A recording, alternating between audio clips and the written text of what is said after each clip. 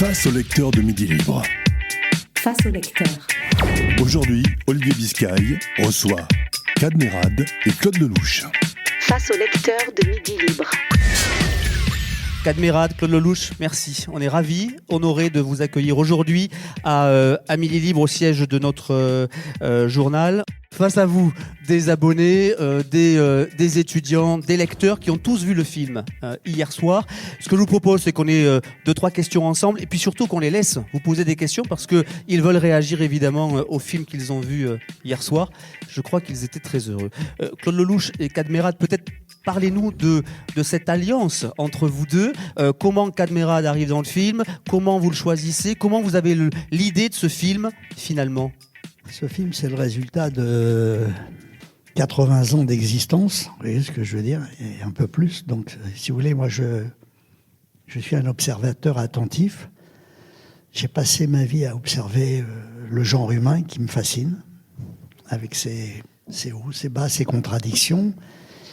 J'ai essayé toute ma vie de filmer des hommes et des femmes qui me semblaient un peu moins dégueulasses que les autres, un peu plus généreux, des gens que j'avais envie d'avoir pour amis ou de prendre dans mes bras. Donc, si vous voulez, je crois qu'on parle mieux de ce qu'on aime que de ce qu'on n'aime pas. Voilà.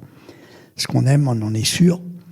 Ce qu'on n'aime pas, bon, voilà. Donc, si vous voulez, j'ai essayé, avec ces 51 films, de partager avec le plus grand nombre et des fois le plus petit nombre, parce qu'ils n'étaient pas toujours là, mes émotions, ma vision du monde, voilà, et j'ai essayé à chaque fois de parler de mon intime conviction.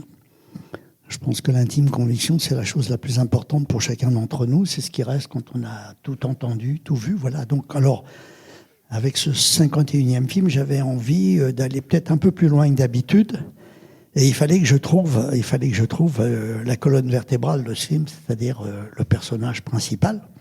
Ça, c'est une colonne vertébrale. Voilà. Ouais, une belle colonne vertébrale. Et donc, j'avais beaucoup de mal. J'avais beaucoup de mal à trouver le personnage parce que tous les acteurs auxquels je pensais ne cochaient pas toutes les cases dont le personnage avait besoin.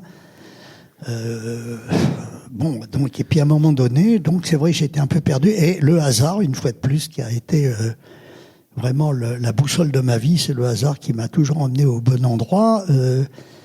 A voulu que ma femme rencontre dans un train le lendemain de son mariage Cadmerade qui rentrait sur Paris. Et j'avais pensé à tout le monde sauf à lui. Vous l'avez pris comment, ça, Cadmerade? Savoir, vous étiez la dernière roue. Hein. J'ai déjà vécu cette expérience avec Bienvenue chez les Ch'tis. Ah oui, d'accord. Voilà. Ouais. Danny Boone avait pensé à tout le monde sauf à moi. Et on a vu, oui. Et au final, je suis là. Comme d'habitude, moi, je suis toujours là, tapis dans l'ombre, vous savez. Un peu, si on devait comparer au football, je suis un peu Gerd Müller, vous voyez. Oui, d'accord, ouais. Le renard des surfaces. On l'attend pas, et paf!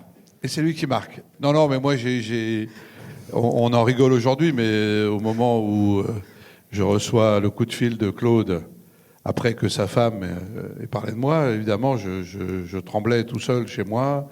Je suis arrivé dans son bureau. Je me suis assis dans le fauteuil dans lequel était assis Lino Ventura, m'a-t-il dit. Je dis, déjà, ça commence bien. Et Belmondo. Et puis, alors là, il y a un certain nombre d'acteurs. Et puis, c'est un bureau impressionnant chez Claude. Il y a évidemment toutes ces récompenses de tous ces festivals du monde entier, toutes ces photos, ces caméras. C'est impressionnant. Et il m'a raconté, il m'a parlé du film.